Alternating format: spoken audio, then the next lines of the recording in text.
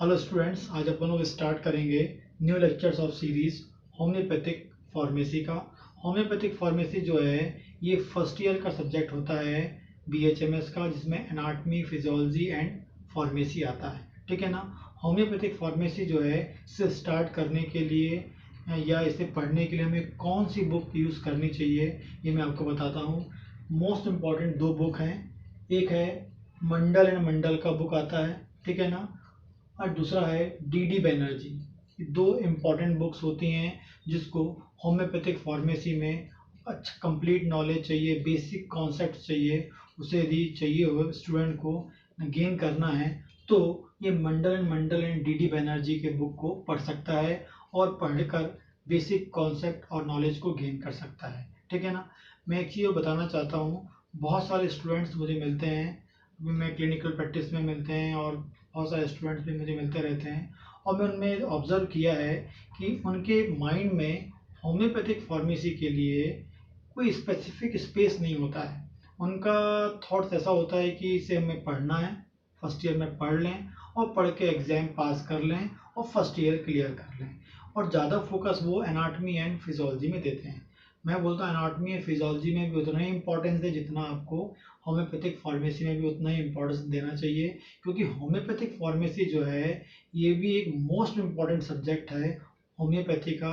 क्योंकि उन्हें अभी पता नहीं चलेगा, जब क्लिनिक पे प्रैक्टिस करेंगे तब आपको मालूम चलेगा कि होम्योपैथिक फार्मेसी हमें नहीं आती है। क्योंकि क्लिनिकल प्रैक्टिस में होम्योपैथिक फार्मेसी का बहुत उपयोग होता है। कैसे कि आपको किस पेशेंट को कौन सा डोज देना है, ठीक है ना, डोज कैसे बनाना है, ठीक है ना, प्रिस्क्रिप्शन कैसे लिखना है, ठीक है, और प्रिस्क्रिप्शन में लिखी मेडिसिन को कैसे प्रिपेयर करना है, ठीक है ना। इसके अलावा जो कुछ मेडिसिन जो होती हैं होम्योपैथिक मेडिसिन हैं, उन्हें लोकल एप्लीकेशन, एक्सटर्नल एप्लीकेशन में उपयोग किया जाता है। तो उनकी लोकल एप्लीकेशन, एक्सटर्नल एप्लीकेशन कैसे बनाना है, किस रूप में पेशेंट को बताना है यूज़ करने के लिए, इस सब का जो प्रॉपर कॉन्सेप्ट होता है वो होम्योपैथिक फार्मेसी में होता है। यदि आप होम्योपैथिक फार्मेसी का बेसिक कॉन्सेप्ट नहीं ले पाएंगे, कंप्लीट नॉलेज नहीं लेंगे, तो आपको ना तो क्लिनिकल प्रैक्टिस में आपको पोटेंसी के बारे में पता होगा, डोजेस के बारे में पता होगा, कैसे देना है,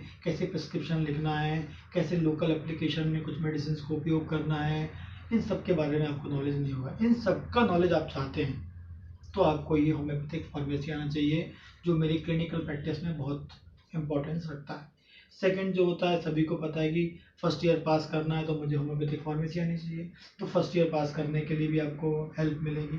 एंड जब आप मेरे लेक्चर्स देखेंगे या मैं आपको जो भी लेक्चर्स इसमें सीरीज में लेके आऊँगा होम्योपैथिक फार्मेसी में, उसमें मैं आपको कंप्लीट नॉलेज दूंगा फार्मेसी का, होम्योपैथिक फार्मेसी का, एंड बेसिक कॉन्सेप्ट्स जो हैं उसमें होम्योपैथिक फार्मेसी का दूंगा, जिससे आपको हेल्प होगी फर्स्ट ईयर के बीएचएमएस को पास करने में, पहली इंपॉर्टेंस। सेकंड जो है, आपको जितने भी क्लिनिकल कॉन्सेप्ट्स हैं ड्यूरिंग क्लिनिक हमें चाहिए होता है, वो आपको यहाँ पता चलेंगे, मैं आपको बताऊंगा। एंड थर्ड मोस्ट इम्पॉर्टेंट जो है, जितने भी गवर्नमेंट जॉब्स निकलते हैं उन गवर्नमेंट जॉब्स में होम्योपैथिक फार्मेसी से 8 से 10 क्वेश्चन आते हैं, और यदि हमें उस एग्ज़ाम को क्रैक करना है, लाइक पीएससी, यूपीएससी, एनआरएचएम, कोई रिसर्च होम्योपैथिक ऑफिसर का निकलता है उसका, एंड एमडी, इन सब के एग्ज़ाम को क्रैक करने के लिए 8 से 10 क्वेश्चन होम्योपैथिक फार्मेसी से रिलेटेड आते हैं। यदि उन्हें मुझे क्रैक करना है